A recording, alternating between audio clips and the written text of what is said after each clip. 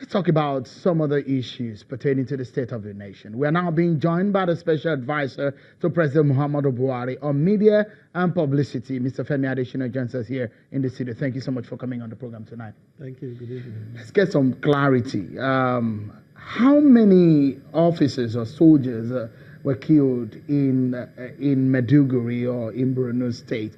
We've seen conflicting figures. The presidency was talking about 100. Reuters reported about 140. No, what information do you have? The presidency did not mention any figure. No, not the presidency. So what figure do you have? It's not for the presidency to mention a figure. It's for the military, because it's a purely military thing. It's the military who can give you an authoritative position in terms of casualty figure. It's not for the presidency. So how many people has been reported to the president? No.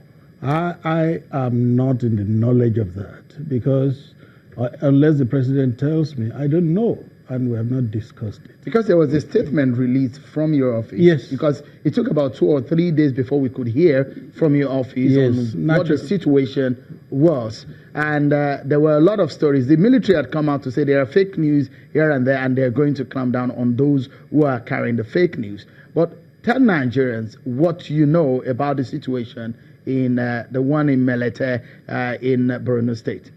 Yeah, Nigeria, we can say, is at war in that side of the country.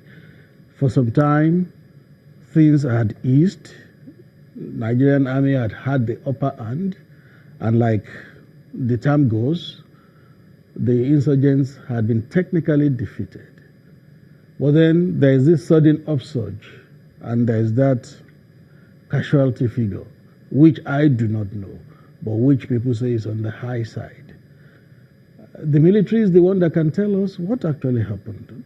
But as the president been briefed on that? Naturally, is the commander-in-chief of the armed forces. So he should be briefed by the hour, if not by the minute. He should be briefed. So when they say that, and you perhaps would think that Nigerians may be concerned, considering that we're looking at taking about $1 billion for security, and this kind of situation is happening in a situation where the APC government has said that war has been technically won. This has nothing to do with party. No, I'm saying the Buhari presidency stemmed from the APC. No, you didn't need to mention APC. Government is government at any given time. In essence, your party has said the party has said that's that's one of their performance. It's a mistake we make. After elections are lost and won, what you have is the government. It has nothing to do with APC this time. It's the Nigerian government. And I've seen that trend that some people are playing politics with that development. It's unconscionable. I think it's taking politics too far. Should we be worried by the situation in that region? Because if one soul dies, we should be worried. Even just one soul. Can we still say that Boko Haram is technically defeated? I believe so. I believe so. That was maybe a breach in security, but it does not mean that Boko Haram is having the upper hand. And like the president said in the statement we issued yesterday, we will still get to the end of this Boko Haram insurgency. We'll get there. Because you look at the number of resources, the amount of money that has been spent on these. A lot of Nigerians, if you hear their comments about this, they're wondering what could have happened. Because some of the reports coming from that region show that there were technical flaws which gave out the military on how they perform their roles, their resting time, the soft spot of the military when these insurgents attack the military. Is the president looking at changing the guards in terms of the military hierarchy? The president is the commander-in-chief of the armed forces. Whatever he wants to do, he can do. He is the one who determines when he wants to do it. It's up to him. So, but what is the strategic step? Because things cannot be happening in that manner and things will remain the same. What message do you have for Nigerians on that situation? When you say be happening in that manner, it connotes that it happens every day. It doesn't happen every day. This is one isolated case after a long time of the military being in charge. The military had been in charge for a long while. I agree with you, this is a breach. It is sad, it is unfortunate, but then it does not mean that Boko Haram is now in charge. They're not. Is a presidency or the government a bit reluctant in reacting to some of these issues? No. It was explained in the reaction by the military. There is a standard procedure. When things like that happen, you don't go out to talk immediately. They said you have to reach the NOK, the next of kin. You need to first get them to be aware what happened to their people before you then speak officially. There is a standard procedure for the military to do this. And you agree with me, all over the world, the military does not or rarely discloses the figure of its casualties. It's not just in Nigeria. I mean, I'm very certain that where the president was invited to the book launch of the former president, Goodluck Jonathan, yes. The transition hours. And he did make some very strong claims. For example, on the issue of the Chibok school girls kidnapped, it said, and I quote, after the kidnap, as if on cue, protests broke out within days. They were neatly choreographed and nicely distributed around the country. I believe one day some of the security experts and actors will tell the truth about the kidnap of the girls. Is the government reacting to some of these issues that are being raised, especially as regarding the role of the APC and the Buhari presidency? You know that that account, the book, it has generated a lot of reactions.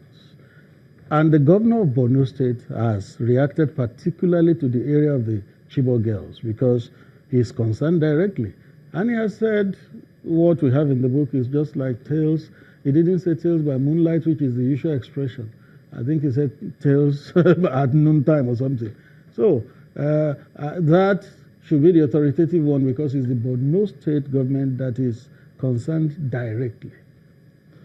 And it brings me to some other issues as regarding how corruption, he did make claims about the issues of corruption under his government. And he did say that, in fact, things have gotten worse under this administration.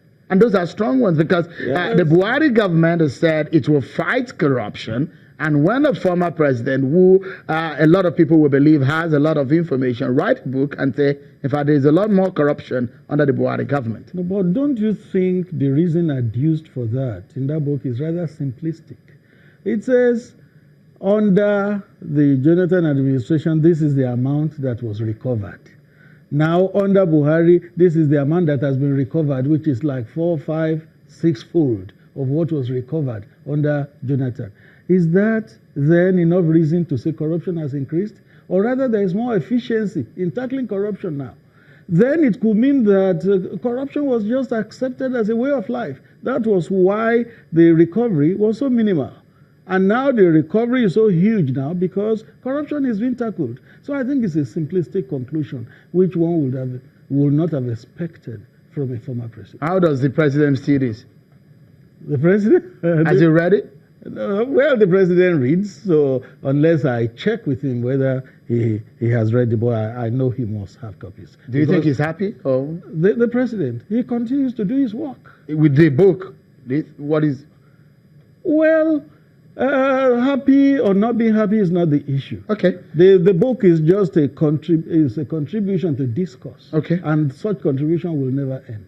Let's take a break. But when we come back, Mr. Adesina is still with us. He will talk about some other issues, including whether or not President Muhammadu Buhari will be at a presidential debate slated for January next year. Join us again, everyone.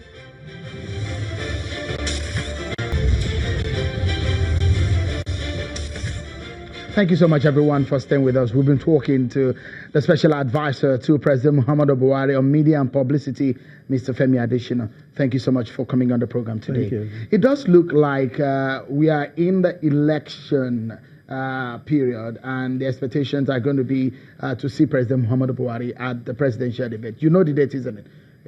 January 19th. Yeah, January 19th. Yeah. So he's preparing for that? Well, we'll cross that bridge when we get to it. Okay. The big question is going to be about performance.